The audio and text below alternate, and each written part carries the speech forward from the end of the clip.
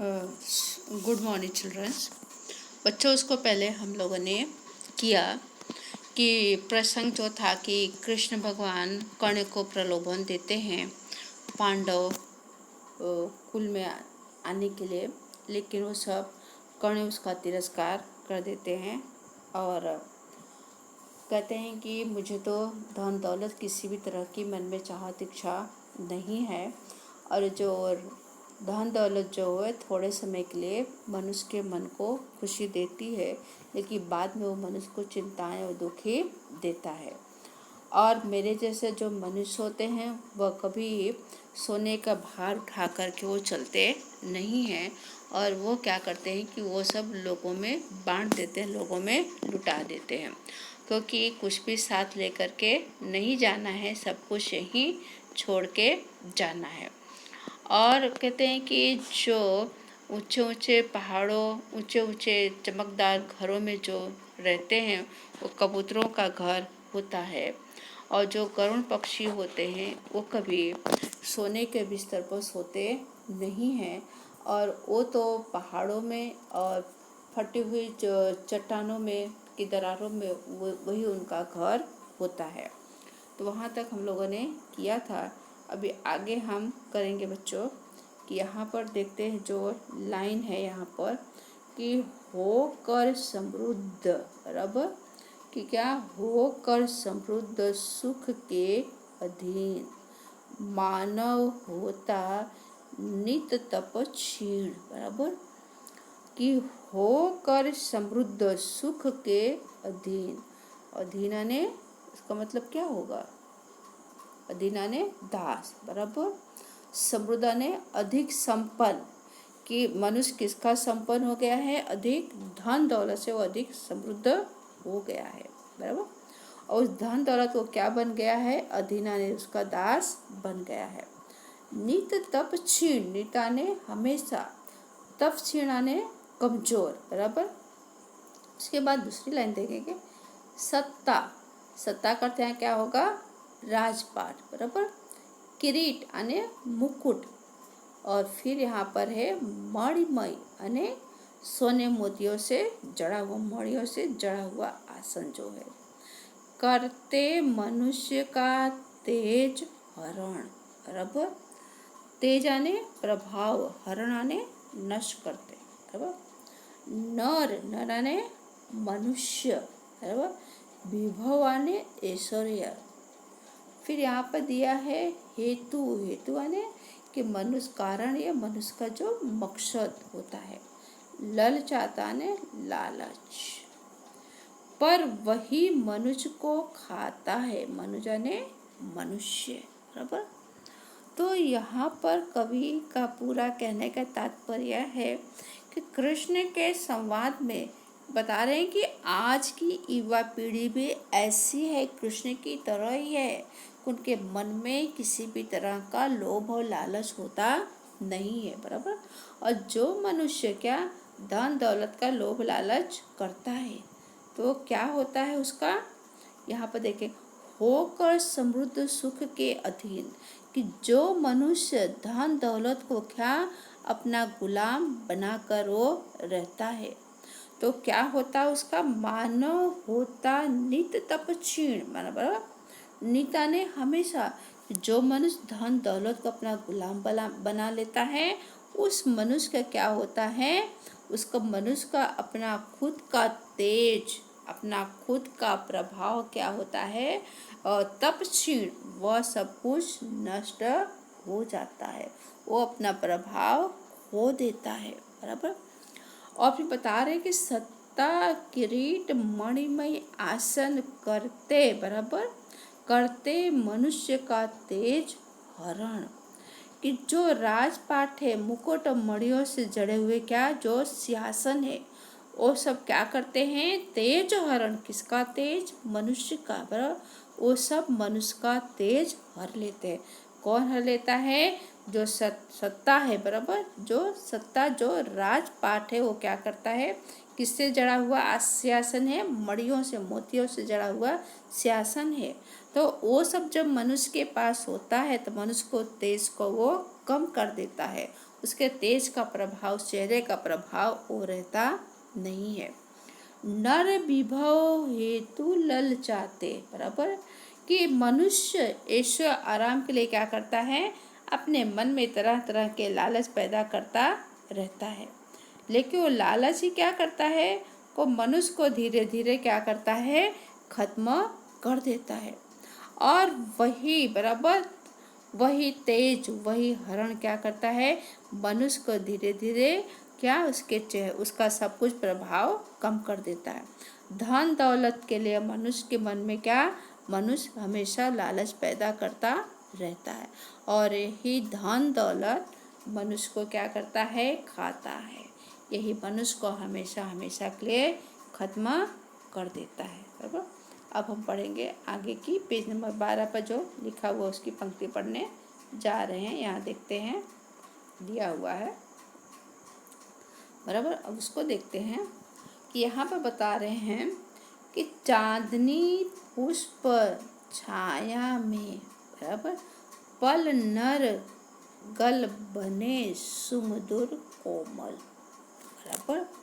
चांदनी पुष्प छाया में, पुष्पों की बने शीतल ठंडी छाया में, बराबर। उसके बाद सुमधुर कोमल, सुमधुर, सुमधुर आने मधुर, कोमल आने मुलायम, पर अमृत कलेश, बराबर, कितना अच्छा दिया यहाँ पर, कलेश आने कष्ट, का पिए बिना, बराबर। कौन सा अमृत बता रहे हैं, कष्ट और दुख का, बराबर। आतप अंधड़ में जिए बिना, आतप आने धूप, अंधड़ आने आंधी, बराबर। वह पुरुष नहीं कहला सकता, विघ्नों ने मुसीबतों को नहीं हिला सकता। तो ये पंक्ति जो पहली जो लाइन यहाँ देखते हैं, कवि कह रहे हैं, चांदनी पुष्प छाया में पल नर गले बन सुमधुर कोमल, कि जो मनुष्य, बराबर, चांदनी और फूलों की छाया माने उसका जीवन, चांदनी क्या है, ठंडक के, पुष्प ने कोमल नाजुक, बराबर।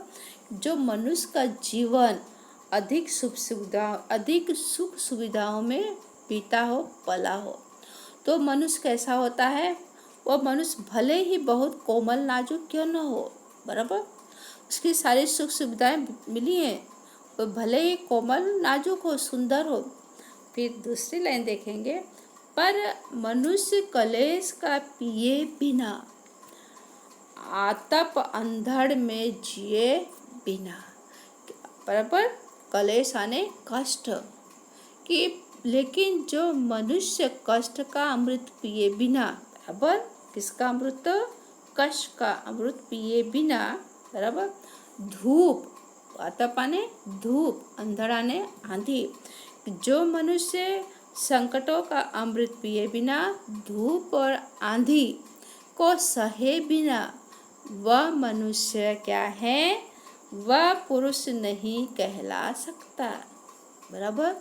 जो इन सभी को सहन नहीं कर पाएगा, किसको, कलेश जैसे अमृत को पिए बिना, और धूप आंधी, इन सभी को जो मनुष्य, बराबर, सहन करेगा तो वही पुरुष कहलाएगा, और जो सहन नहीं करेगा, बराबर, उसमें नहीं जिएगा, तो पुरुष कहलाने का काबिल वो रहता नहीं है, और ना ही विघ्नों को, ना ही वो मुसीबतों को पार कर पाएगा, बराबर। अब यहाँ पर हम देखेंगे दूसरी नेक्स्ट पंक्ति। अब देखते हैं, यहाँ पर दिया हुआ है कि नेक्स्ट पंक्ति यहाँ पर है कि बहुत अच्छी पंक्ति यहाँ पर दिया हुआ कवि ने, कि पंक्ति है यहाँ पर कि उड़ते जो झंझावातों में, पीते जो वार प्रपातों में, सारा आकाश आयन जिनका, विषगर भुजंग भोजन जिनका, वही फणिबंध छुड़ाते हैं, धरती का हृदय जुड़ाते हैं। तो देखते हैं यहाँ पर काव्य की पंक्ति बच्चों। तो यहाँ पर काव्य की पंक्ति देखते हैं कि उड़ते जो झंझावातों में, झंझावात ने तूफानों में, पीते जो वार यानी पानी, बराबर, पीते जो वार प्रपातों में, प्रपात ने पहाड़ों चट्टानों में खड़े किनारे, सारा आकाश आयन, आयना ने घर, कि जिसका सारा आकाश क्या है, घर है, जिनका विष घर, बराबर, विष यानी जहर, भुजंग यानी सांप, भोजन है, बराबर, कि जिसका सारा आकाश घर है और जिसका भोजन क्या है, भुजंग, भोजन जिनका, जहर ही जिनका भोजन है, बराबर, वे ही फणी बंद छुड़ाते हैं, कि फणियों के बंद से, नाग पास से जो फंसा होता है वही मुसीबतों को छुड़ाते हैं, हृदय, धरती का हृदय जुड़ाते हैं। तो यहाँ पे इस पंक्ति में कवि का कहने का मतलब यह है कि उड़ते जो झंझावातों, जो आंधी तूफानों में क्या उड़ते हैं, बराबर, और उड़ते हैं और बहता हुआ क्या करते हैं, झरनों का पानी पीते, पीते जो वार प्रपातों में, यानी कि जो, बराबर, झरनों का पानी पीते हैं, और जिनका सारा आकाश क्या है, घर है, और विषैला सांप, विष, विषैला, बराबर, विष घर, विषैला सांप क्या है, उनका, जिनका भोजन है, बराबर। तो भोजन किसका है यहाँ पर देखेंगे, फणिबंद छुड़ाते हैं। तो ऐसे गरुण ही क्या करते हैं, सांप के बंधन से छुटकारा दिलाते हैं, बराबर, और धरती के हृदय को क्या देते हैं, शीतलता प्रदान करते हैं। यहाँ पर जो है तो कर्ण के जो मित्र हैं वो पांडव में फंसे हुए मुसीबत में हैं, और अपने आप को कर्ण ने क्या माना है, कर्ण ने अपने आप को यहाँ पर गरुण पक्षी माना है, बराबर, और गरुण भुजंग बन के विषैला सांप कौन है, विषैला सांप कौरवों को बताया है, बराबर। तब लास्ट पैराग्राफ देखते हैं यहाँ पर इसका पूरा, कि लास्ट पैराग्राफ इस तरह है, यहाँ पर देखते हैं कि अंतिम पंक्ति यहाँ पर है कि इसमें ये कहना चाह रहे हैं, मैं कृष्ण, खुद ही कह रहे हैं कि मैं गरुण कृष्ण, बराबर, हे कृष्ण, हे केशव, मैं क्या हूँ, मैं ही खुद ही गरुण, बराबर, मैं पक्षी राज, सिर पर न चाहिए मुझे ताज, दुर्योधन पर विपद, विपद आने मुसीबत, बराबर, घोर आने भयंकर, घोर सकता न किस विष उसे, यहाँ विष की जगह विध कर देंगे, बराबर, यहाँ विष दिया, विष की जगह यहाँ पर विध कर देंगे, रण खेत पाटना है मुझको, अहि पास काटना है मुझको, बराबर। तो यहाँ पर कर्ण श्री कृष्ण भगवान से कह रहे हैं कि हे केशव, मैं ही गरुण पक्षी राज हूँ, बराबर, कि मैं ही गरुण पक्षी राज ऐसा हूँ, मुझे अपने सिर पर क्या, पक्षी सिर पर ना चाहिए मुझे ताज, कि मैं ही गरुण पक्षी राज हूँ और मुझे अपने सिर पर मुकुट का ताज नहीं चाहिए, बराबर। दुर्योधन पर है विपद घोर, कि इस समय दुर्योधन क्या है, बड़ी मुश्किल में फंसा हुआ है, ना किस विध उसे छोड़, कि मैं उसे किसी भी हालत में छोड़ सकता नहीं हूँ, बराबर, किसे, दुर्योधन को, कि मैं किसी भी हालत में दुर्योधन अपने मित्र को छोड़ नहीं सकता हूँ,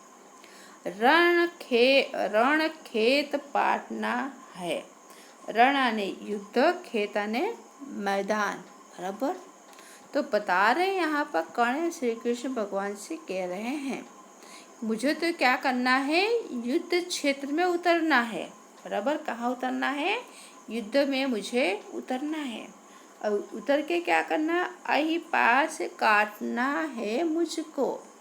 कि दुर्योधन क्या है, कि दुर्योधन जो नाग पास में फंसा हुआ है। नाग कौन है, नाग पांडव लोग हैं। तो दुर्योधन मुसीबत में फंसा हुआ है। उस दुर्योधन को क्या करना है, उस नाग पास के बंधन से मुझे छुटकारा दिलाना है, उसको वहाँ से निकालना है, इस मुसीबत में से। बराबर। तो यहाँ पर पूरा इस कविता आप लोगों को शायद समझ में आ गई होगी। बराबर। और जहाँ पर जो पंक्ति समझ में ना आई हो तो आप मुझे पूछ सकते हैं। बराबर। और इसके शब्दार्थ में आपको लिख करके भेजूँगी, इसे आपको अपनी नोट में लिखना है। और आने वाले समय में बाद में इसके हम प्रश्नों की चर्चा करेंगे। धन्यवाद।